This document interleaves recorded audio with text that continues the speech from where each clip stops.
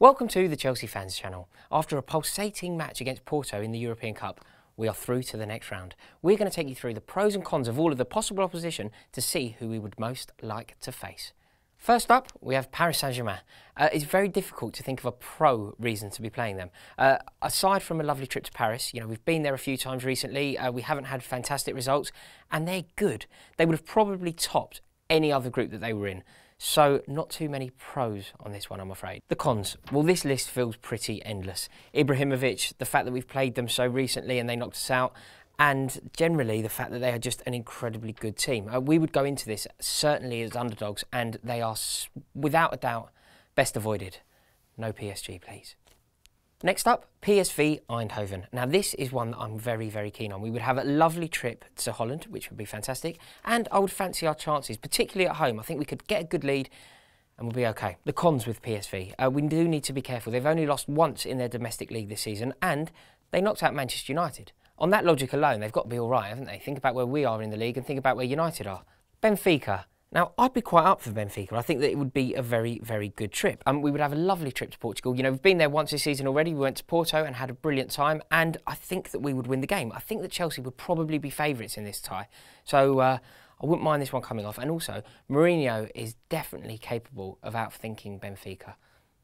The cons with Benfica.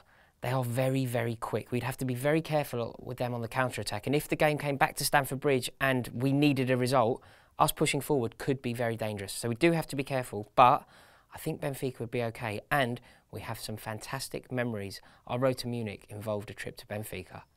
Roma. Now this one would be okay. They aren't that great, and they scraped through a group that they should have waltzed through. They only won one game in the whole qualifying thing. That's ridiculous. To qualify, to get through your group, winning one game shows how weak their group must have been. Cons. It's still Roma. It's still a European giant, so we would have to be careful, but I think we could beat them. We'd have to be very careful because they are very quick, but this one should be okay. Ghent.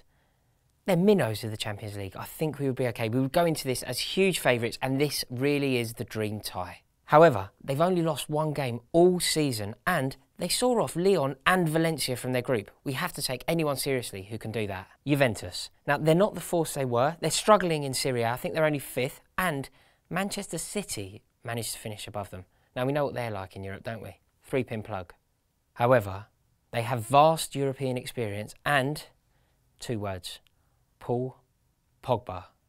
Best avoided. So there we have it. That is our guide to the Champions League next round. What I need from you is to tell me what you think. Do you agree with the list that we've made? Do you think that we have highlighted the right pros and cons for every team involved? Comment below, let us know who your dream tie is. Go on you Blues!